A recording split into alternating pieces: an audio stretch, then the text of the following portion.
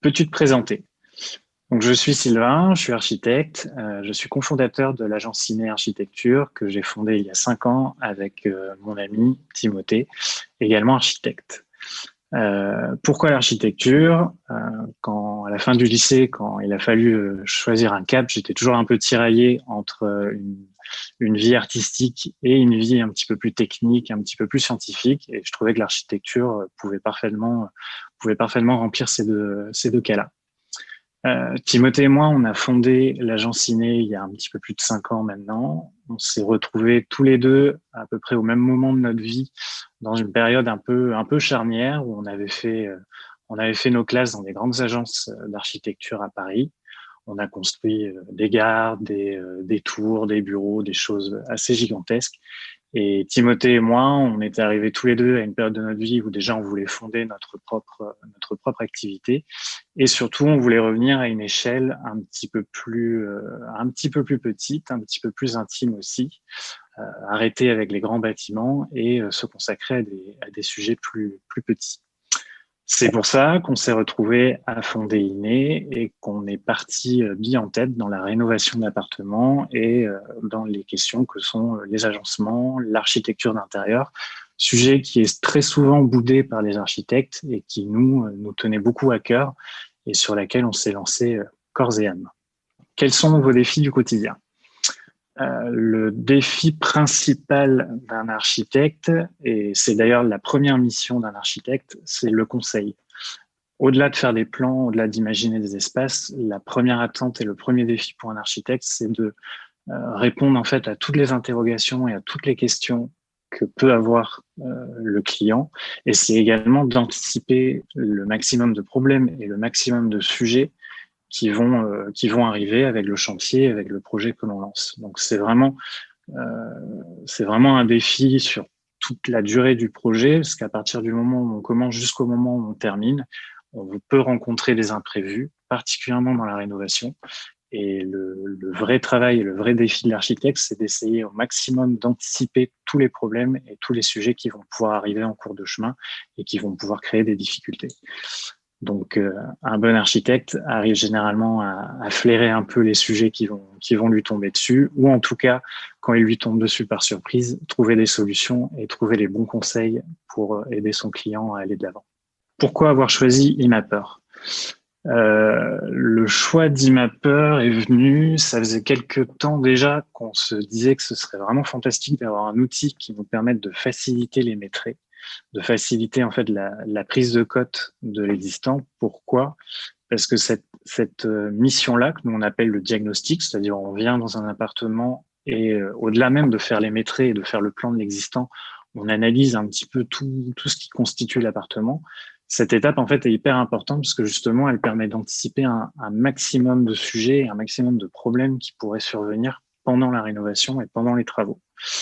Et ça faisait quelques années, 5 ans qu'on faisait des relevés à la main, à l'ancienne, avec un mètre laser, un papier et un crayon.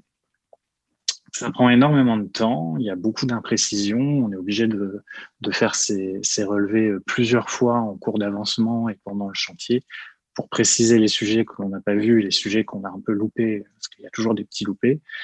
Et donc, ça faisait un moment qu'on se disait, tiens, ce serait formidable qu'il y ait un outil tout bête où on appuie sur un bouton et l'outil travaille pour nous et fait un relevé à la fois précis, rapide et surtout fiable.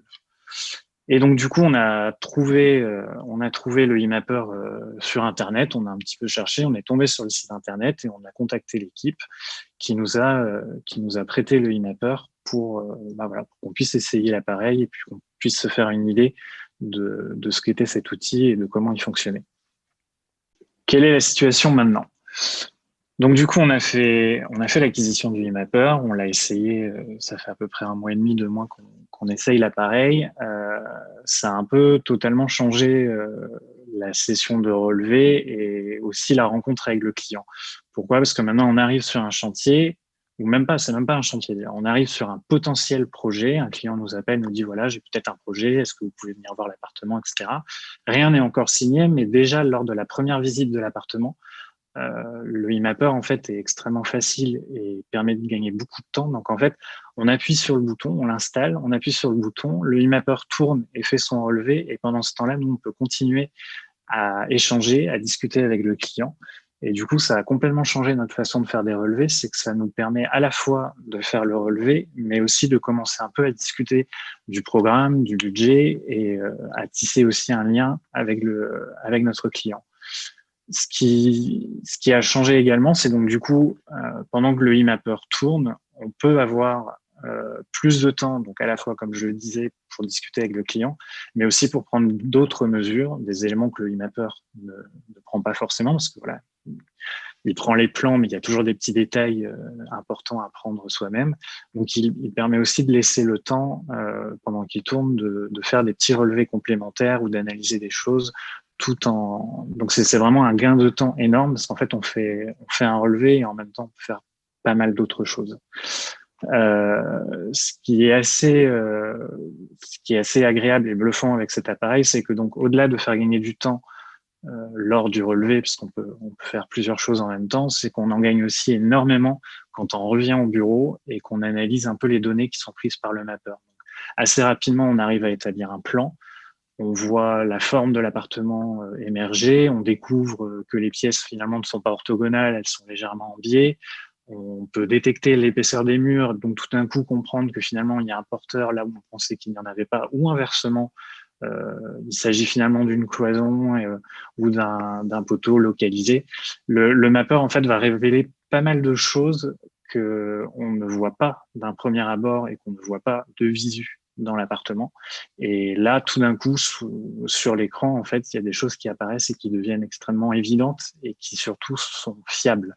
L'autre avantage et l'autre aspect qui fait gagner aussi énormément de temps avec le mapper, c'est la fiabilité de l'appareil et surtout la confiance du coup que l'on a dans ces mesures.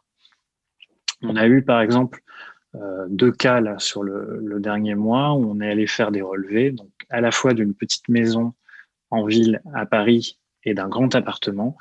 Et dans les deux cas, en fait, les données que l'on retravaille derrière, parce qu'il faut toujours retravailler un petit peu ces données derrière, et en même temps, ça fait aussi partie du projet de diagnostic. En fait, les données du mapper nous ont révélé que les surfaces qu'avaient achetées nos clients n'étaient pas correctes, ou en tout cas, leur calcul n'avait pas été fait correctement, ce qui leur a permis de faire une économie en renégociant finalement un petit peu à la baisse leur achat.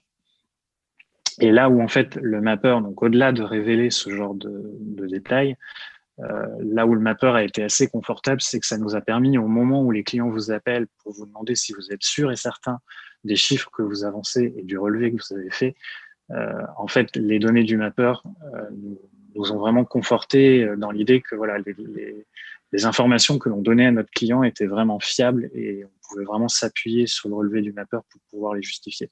Là où le mapper est aussi extrêmement efficace, et moi, c'est en tout cas la qualité que je lui préfère, c'est quand on travaille dans de l'existant, on est très souvent dans des bâtiments qui datent du siècle d'avant, ou qui ont été un peu malmenés.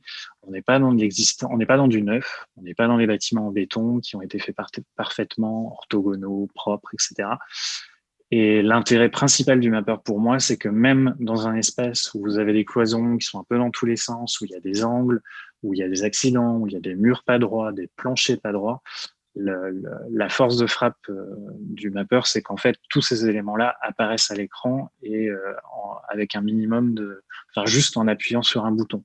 C'est-à-dire qu'autrefois, j'avais le cas d'une salle de bain où il y avait aucun mur n'était perpendiculaire l'un à l'autre, il y avait des redans, des refends, il y avait des creux. Il m'a fallu au moins 4 sessions où je revenais régulièrement sur le chantier. Il faut faire une triangulation pour être sûr des angles, etc. Surtout dans une pièce où tout se joue au centimètre.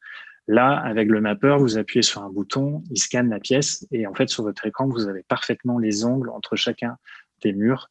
Et c'est vraiment un vrai confort et un vrai gain de temps, ce qui, dans le métier d'architecture, est un vrai plus.